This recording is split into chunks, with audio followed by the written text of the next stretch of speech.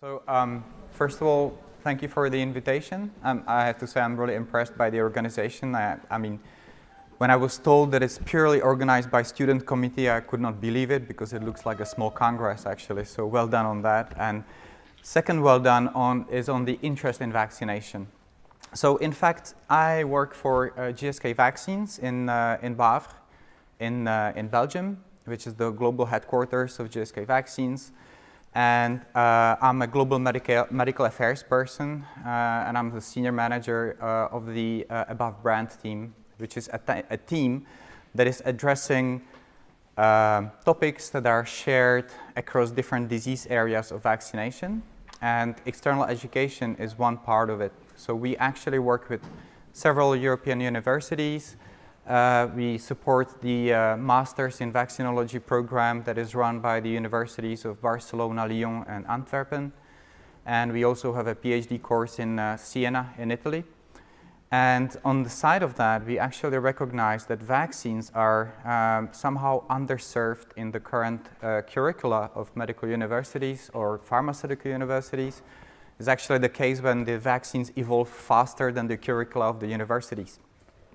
So I will talk about the evolution of vaccines, and I have to say that I have decoded some parts of the previous presentation, and it was really, it's really impressive. When you think about it, the word vaccines and evolution actually really belongs to the same sentence.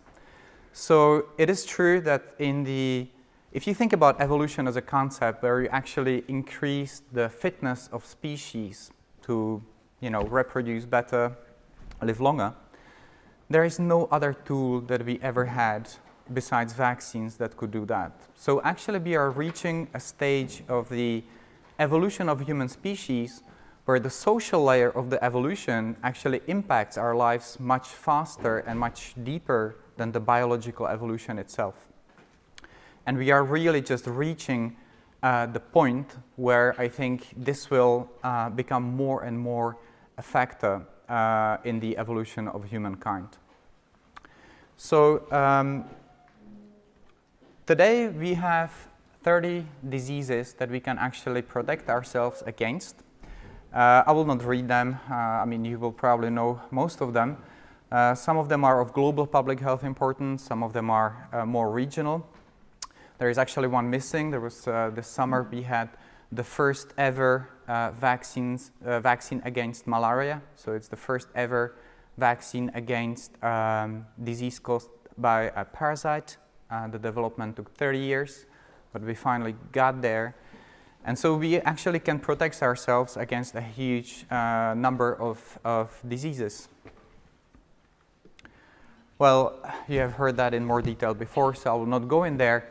But it just shows the evolution of vaccines actually shows how our understanding of the pathogen and host interaction occurs. We understand better and better what actually takes place during the process of infection and how the immune system actually can help us protect against those pathogens and how we can leverage those mechanisms.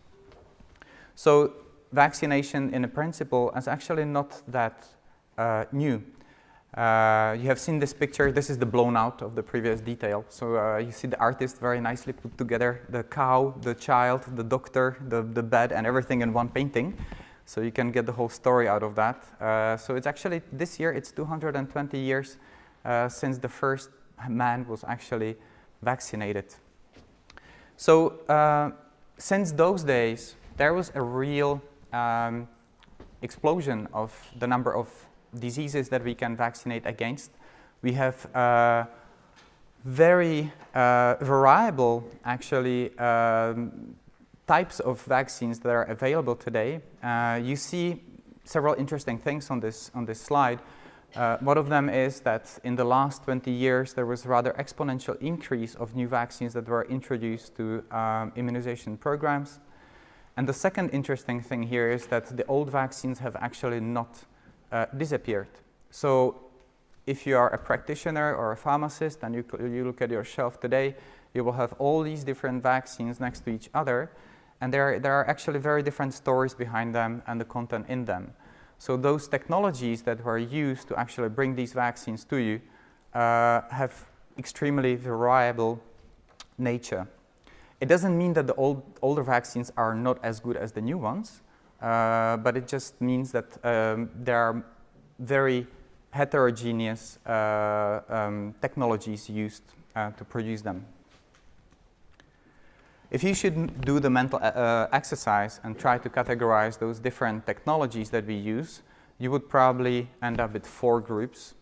So the first one would be the empirical approach. So this is from the old days when we observed how the infection occurs, how the pathogen causes the disease. We were able to identify the pathogen, isolate it, and use it either killed or weakened to actually elicit the immune response that was protective against the disease. So in some way, paraphrasing the process of infection. So this was at the very beginning, and some of those vaccines are still around. The BCG is there. I mean, we have, the polio, smallpox principles are still the same. The next chapter is recombinant DNA, glycoconjugation, and reverse vaccinology, and I will just talk about those later.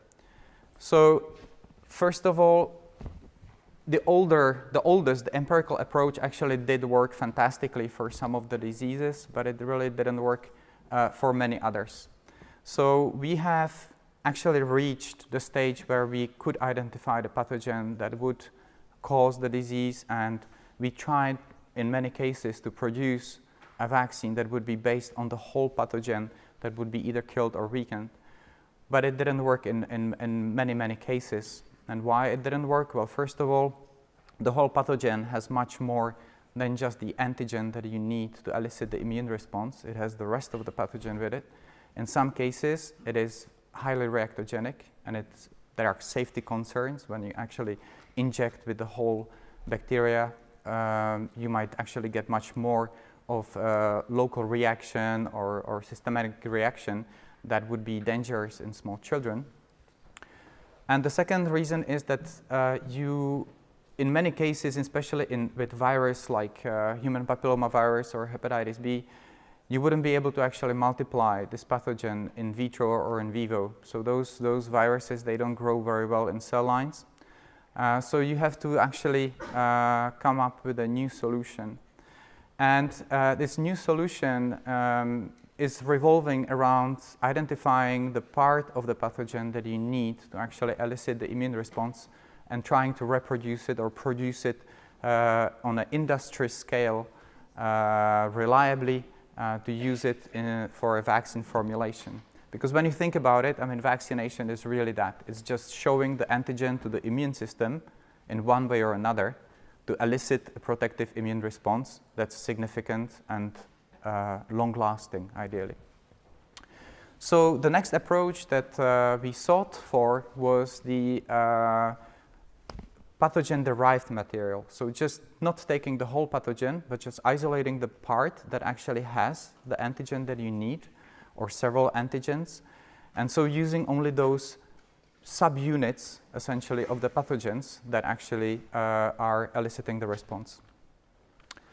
And so this was not possible for a very long time, and actually the first time we were able to do that was in the 80s, and it came with the arrival of recombinant DNA technology. And this technology has actually allowed us to identify those genes on the genome of a pathogen that actually are coding for those parts of the pathogen that are necessary for the immune response. And so one of the vaccines that uses this technology is the human papillomavirus vaccine. So this came in the 90s, and it is this principle where you actually isolate the DNA from the virus. You identify the gene that is coding for the capsid subunit L1. So this is actually the one that carries the antigens that are necessary for the immune system recognition.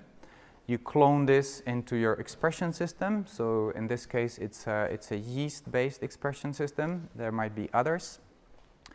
And you express this gene, you produce the L1 capsid proteins, which you then isolate and purify, and they actually then self-assemble into pentamers in a process called maturation.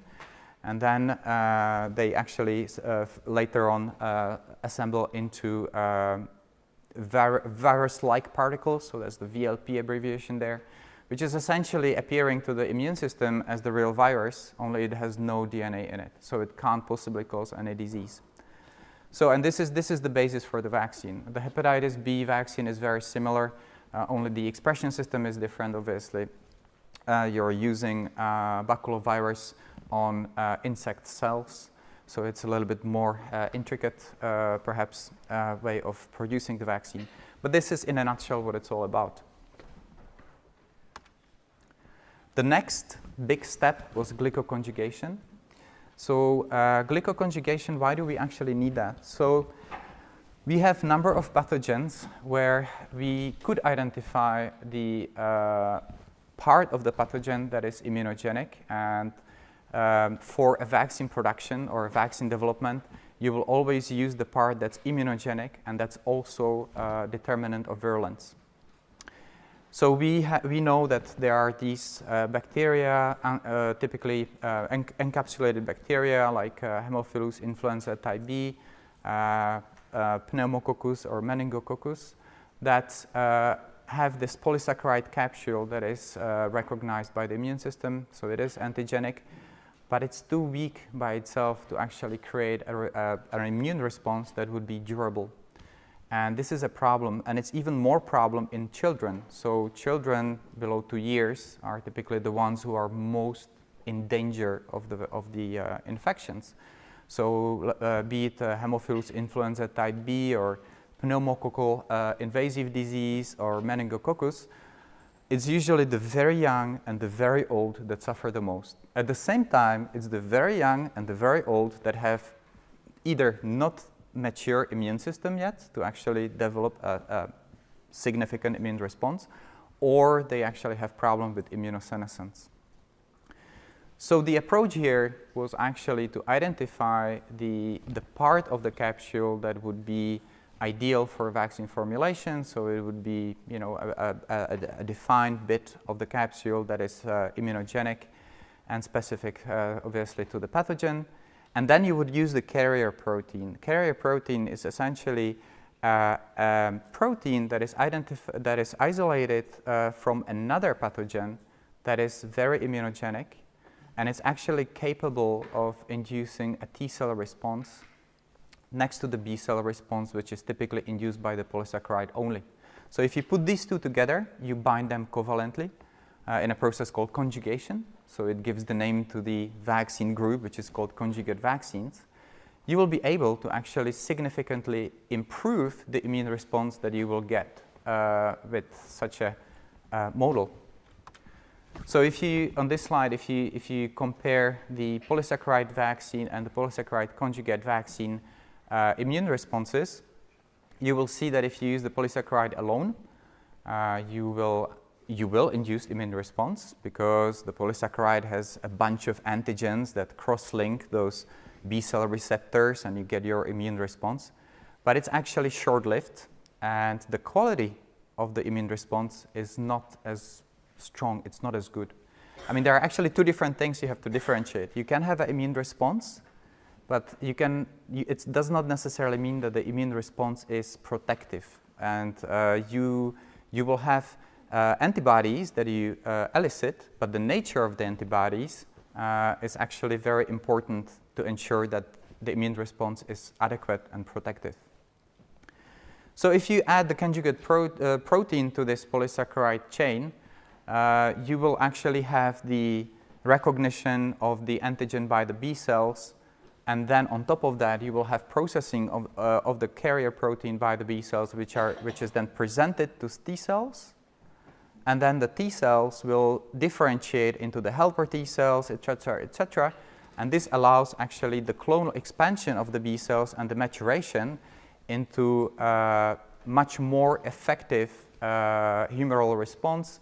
So you will get actually an isotype switch that actually produces IgG antibodies that are much more effective against the pathogen.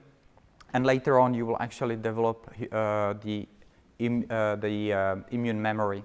So you will end up having the memory B and T cells, which are really important in the long-term protection. So these are conjugate vaccines. So conjugate vaccines are actually today one of the most complex technologically.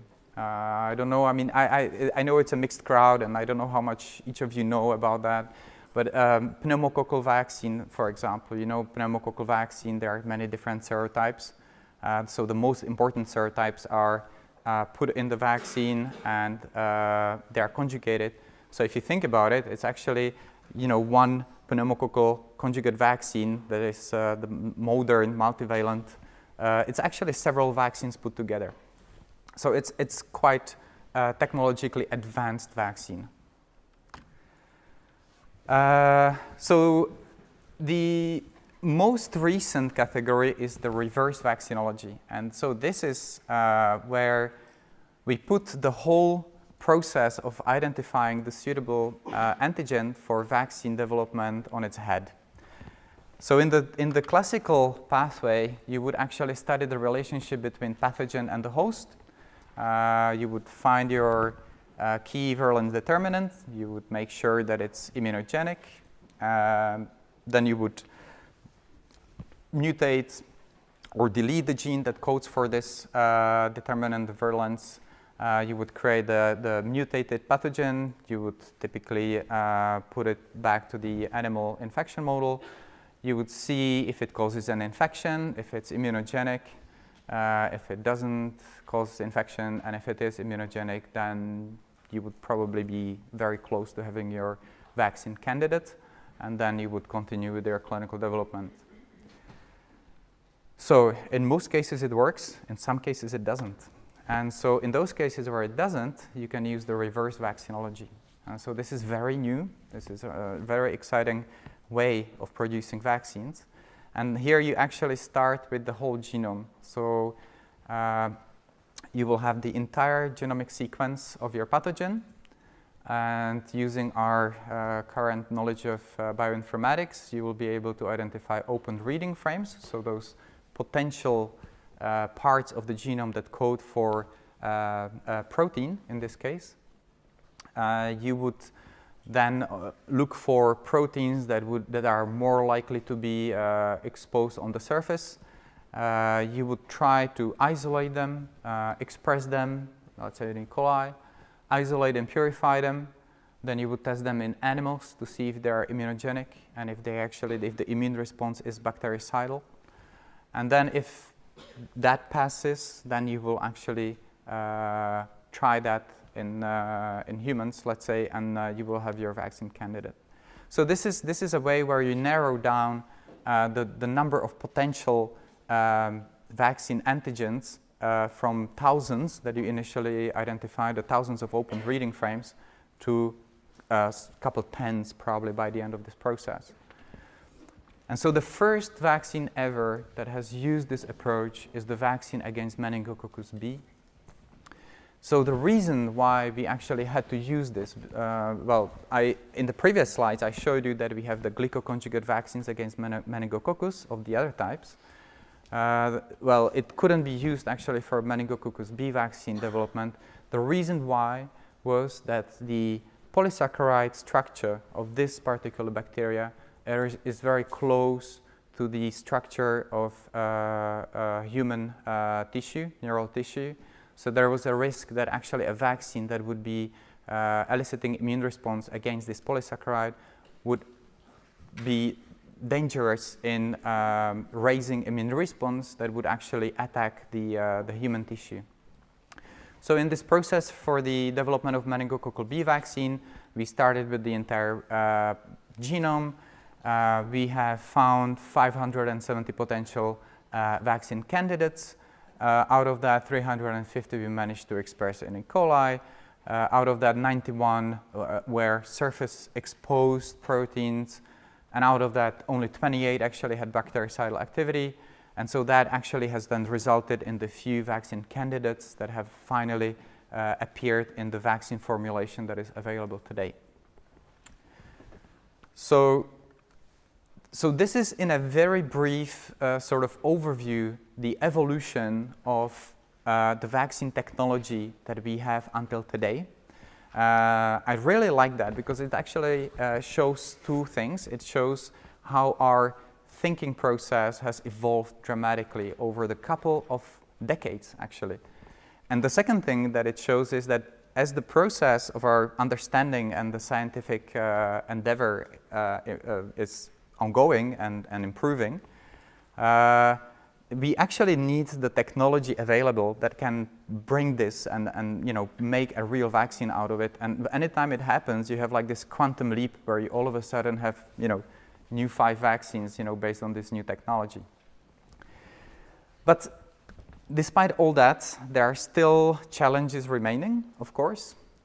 So the challenges are that we still don't have vaccine against some very important pathogens. So HIV, obviously, I think everybody is looking at their watch when that is finally going to come, because there has been a lot invested, a lot said about it, but still we are waiting for a vaccine that actually works reliably. Tuberculosis is another pathogen. So BCG is a very old vaccine. It has been around for a long time. It's not the best vaccine by today's standard because of its low efficacy. It's a fantastic vaccine for other things. It's a vaccine that is actually very immunogenic. It's used for treatment of bladder cancer and things like that.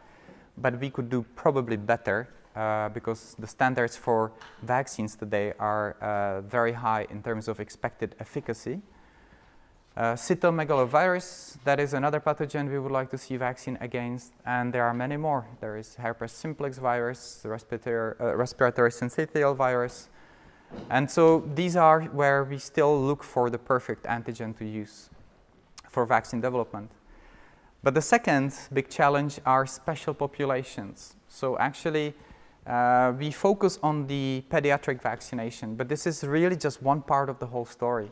I mean, the elderly vaccination is becoming much more important today. So in the Western world, the population is aging, not in this room, obviously, but outside. And, it's recognized that actually if you age healthily, if your immune system is healthy, and a vaccination actually contributes to that, you are much less likely to suffer from those, diseases like pneumonia, now even shingles, when you get to that age when you're immunosenescent. At the same time, when you approach, the infectious disease prevention in this manner, you're also reducing your risk of antibiotic resistance, for example. And in the global picture, the health economic aspect of that is tremendous. The problem with elderly is immunosenescence. So the vaccines that work fantastically for healthy, younger people like yourself, it will not work actually in those older people. A similar story is for immunocompromised individuals, so HIV patients, for example. So the strategies we have to overcome that are several. So obviously looking for new antigens, that's obvious, but also new antigen presentation. So one thing is showing the antigen to the body, but how you show it to the body, that can make a big difference. So there we talk about DNA, RNA vaccines. So this is not a very new concept, but we have not been very successful with DNA vaccines in humans. Actually, there are more DNA vaccines for animals than there are for humans. For humans, there is only one for Japanese encephalitis. New delivery strategies, use of live vectors, so that actually goes hand in hand with the DNA vaccines, and then use of new adjuvants. Now we'll talk about the adjuvants first. Adjuvants are a huge chapter in vaccine development. So if you followed my train of thought, as I hope you have, so you have noticed that we are actually moving away from using the whole pathogen that is, native virus, then we kill it or weaken it. Then we use only the subunit, and then we use even only just the antigen. And as we go in the process of narrowing down the immune response, we increase the tolerability of the vaccine, but at the same time we decrease the overall immunogenicity of such a vaccine. Well, thank God we have the adjuvants. the adjuvants can actually bring it back up. So what are they? So where nature or God created a pathogen, it created the pathogen with the antigen and the rest of the pathogen. And the rest of the pathogen actually contains structures that are associated with its DNA or the cell wall, and they are universally recognized by our immune system as foreign, as a possible threat. So these are its pathogen-associated molecular pattern, it's called PAMP. And so these are, as I said, for example, hypomethylated DNA. This is recognized as foreign, and the immune system will jump on it when it sees it. So when the human came and created vaccine, it left the antigens, but it removed the rest of the pathogen. So what we try to do is to mimic the nature. And so we actually substitute the structures that would be recognized as PAMPs by adjuvants. So these adjuvants are well-defined chemical structures that are very close to those parts of the pathogen that would be recognized by the immune system. So these adjuvants actually kickstart the innate immune response that you need to have going to actually get meaningful adaptive immune response that will then lead to protective immunity against the pathogen. So in the last 20 years, in fact, majority of new vaccines were adjuvanted. So the adjuvant discovery started somewhere in the 30s with the aluminum, but we have evolved much more from that. Today we use combination of adjuvants, so adjuvant systems that are actually tailored for the specific antigen in the specific population. So I'm looking at the time, 25 minutes, so I have 5 minutes to go. Is that it? 5 minutes to go. So today we have explosion of new technologies in all different directions. It's a very exciting field to be in vaccinology. I don't know why we don't talk more about that.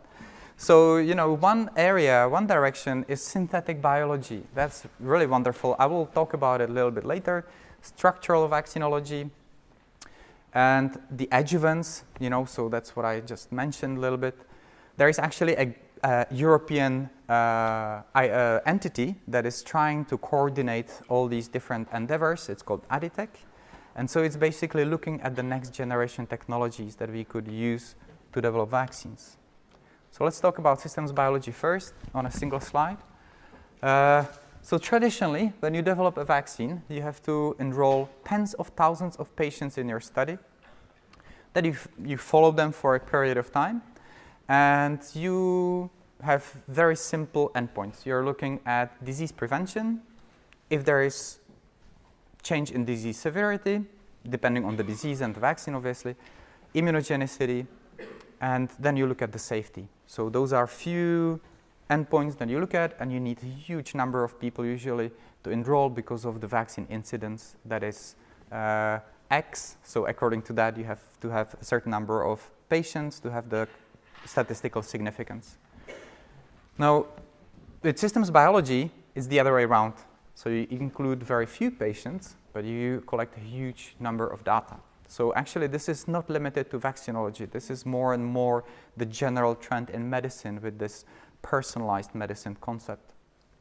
So you are able to actually go into the gene expression level and the proteomics level to understand what the vaccine actually does. So you know that everybody in this room is different, and your immune systems, depending on your HLA genes, will recognize the same antigens, but in a slightly different way, because your HLA gene obviously is encoding the part of the MHC that is then interacting with the antigen, but it will recognize slightly different epitope of the antigen. So this understanding of that actually allows to analyze how successful you are with your vaccine design in a small number of people. Synthetic biology. Yes, so we spoke about the DNA vaccines and that they are not very successful, where one of the reasons why they are not successful is the problems with the delivery. So DNA often is recognized as foreign.